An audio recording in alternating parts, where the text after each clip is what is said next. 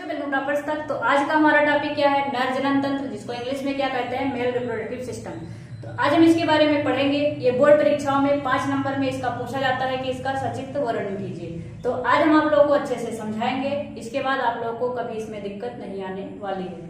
तो इसमें हम सबसे पहले बात करते हैं नर जनन अंग। जनन अंग किसे कहते हैं? वे अंग जो जनन में सहायक करते हैं, सहायता प्रदान करते हैं, उसे क्या कहते हैं? जनन अंग कहते हैं। अब यहाँ बात आती है जनन किसे कहते हैं? जो सभी जीव होते हैं, जितने भी जीव होते हैं, वो अपने जैसे ही क्या करते हैं? संतान की उत्पत्ति करते हैं। अपने जैसी संतान का ही क्या करते हैं? उत्पत्ति करते हैं। उसी को ही क्या कहते हैं? जनन कहते हैं। ठीक बात है। इसके बाद आज हम जनन में ही क्या पढ़ेंगे? नर जनन तंत्र पढ़ेंगे।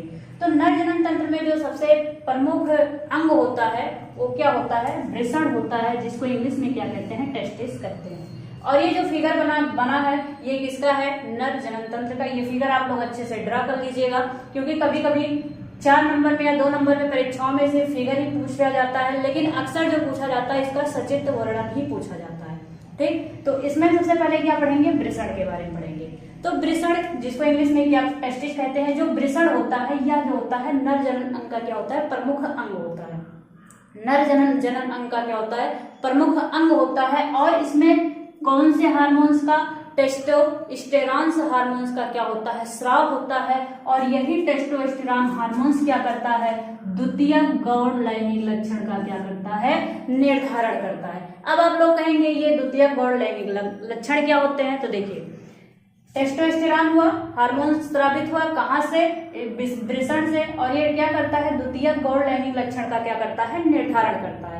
अब ये द्वितीय गौण लैंगिक लक्षण क्या होते हैं? देखिए, जो स्त्री होती हैं या पुरुष होते हैं, उनको जो है सामने से देखकर ही कैसे पहचाना जा सकता है, उनके कैसे लक्षण होते हैं कि जो सामने इंसान है वो नर है या मादा है। तो उसके लक्षण होते हैं। जैसे अगर हम लोग क्या पढ़ रहे हैं? नर के बारे में पढ़ रहे हैं। तो जैसे अगर नर द्वितीय गौण लैंगिक लक्षण जब स्टार्ट होता है तो उसमें जैसे जो भी नर होते हैं उनके जैसे दाढ़ी मूछें आने लगती हैं, उनके कंधे क्या होते हैं? चौड़े हो जाते हैं। और उनमें शुक्राणुओं का क्या होता है? निर्माण हो जाता है। और उनके आवाज में क्या होता है? भारीपन आने लगता है। तो ये सारे लक्षण किसके आ जाते हैं? द्वितीय गौण लैंगिक लक्षण के बारे में आ जाते हैं। ठीक बात है। इसके बाद हम बात करते हैं वृषण की। ये जो वृषण होता है, हमने बताया ये वृषण कहाँ होता है?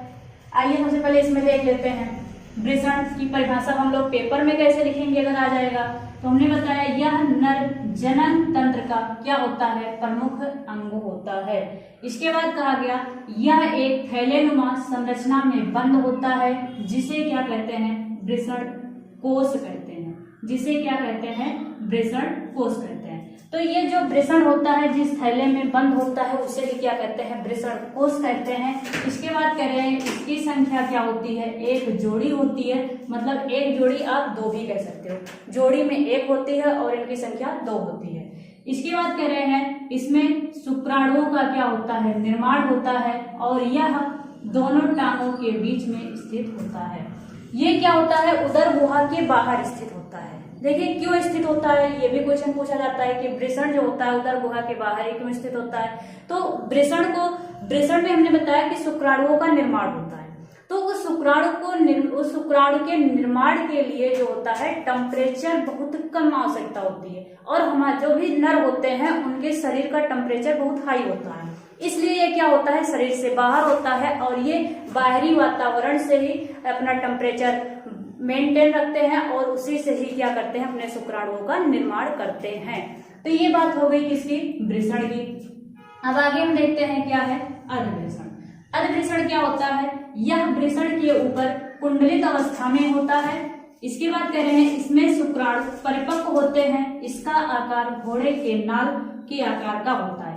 इसमें कह रहे हैं अर्धवृषण में, यहाँ देखिए दिखाया गया है रेड कलर से अर्धवृषण। इनका काम क्या होता है? कह रहे हैं कुंडलित अवस्था में होता है। तो कुंडलित अवस्था में जैसे आप लोग एक धागे को उलझा दीजिए, धागा जैसे उलझ जाता है, उसी प्रकार ये कुंडलित अवस्था में वृषण के ऊपर क्या होते हैं? स्थित होते हैं। इसके बाद कह रहे हैं इसमें शुक्राणु क्या होते हैं? परिपक्व होते हैं। मतलब आप लोग कह सकते हैं कि इसमें शुक्राणु क्या होते हैं? अर्धवृषण में तैयार हो जाते हैं। इसके बाद कह रहे हैं और इनका आकार कैसा होता है? घोड़े के नाल के आकार का होता है। तो ये भी बातें आप लोग को अर्धवृषण के बारे में भी क्लियर हुई होंगी। आगे देखते हैं क्या है? शुक्रवाहिनी।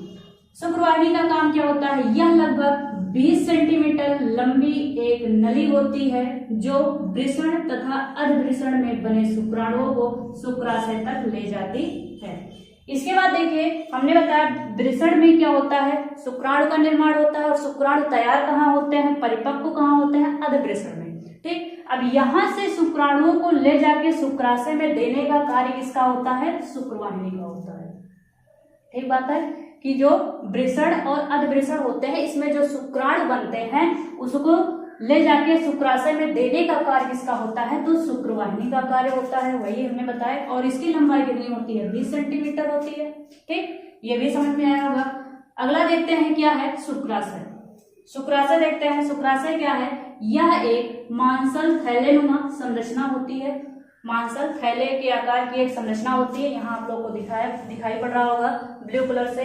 इसके बाद कह रहे हैं इसमें शुक्राणु लंबे समय तक क्या होते हैं, सुरक्षित रहते हैं तथा शुक्राणुओं का पोषण होता है। यहाँ से जो शुक्राणु मतलब वृषण और अर्धवृषण से जाते हैं शुक्राशय में, लंबे समय तक रहते हैं, सुरक्षित रहते हैं और इनको जो भोजन की आवश्यकता होती है, पोषण की आवश्यकता होती है, इसे पूर्ति की जाती है।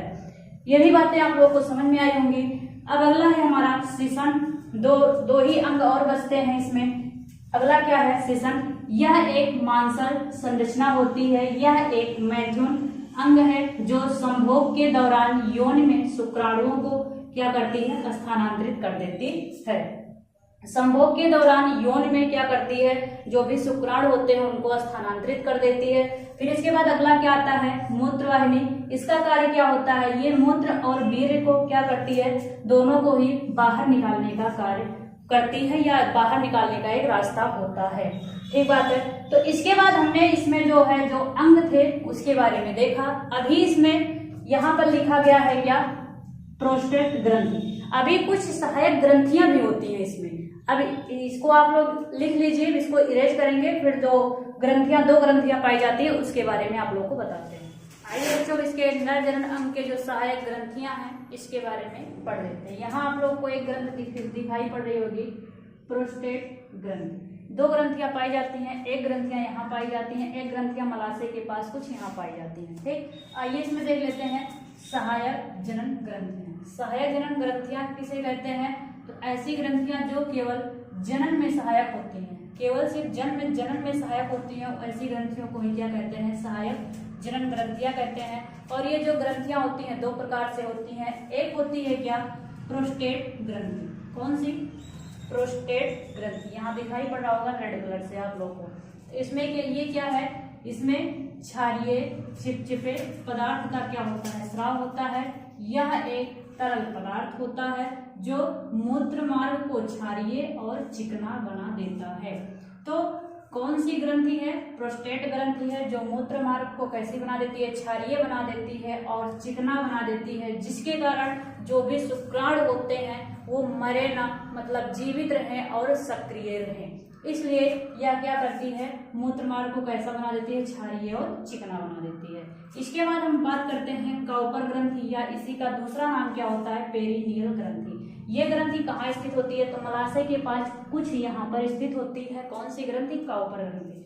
तो इसमें क्या है, मलाशय के पास काउपर ग्रंथि या पेरिनियल ग्रंथि होती है। यह एक गंध युक्त पदार्थ का स्राव करती है जो विपरीत प्रकार के लिंग को अपनी ओर आकर्षित करती है। मतलब यहाँ कह रहे हैं जो विपरीत प्रकार के जो लिंग होते हैं उनको एक दूसरे की तरफ आकर्षित करने के लिए कौन सी ग्रंथि होती है, काउपर ग्रंथि, या इसी को पेरिनियल ग्रंथि कहते हैं।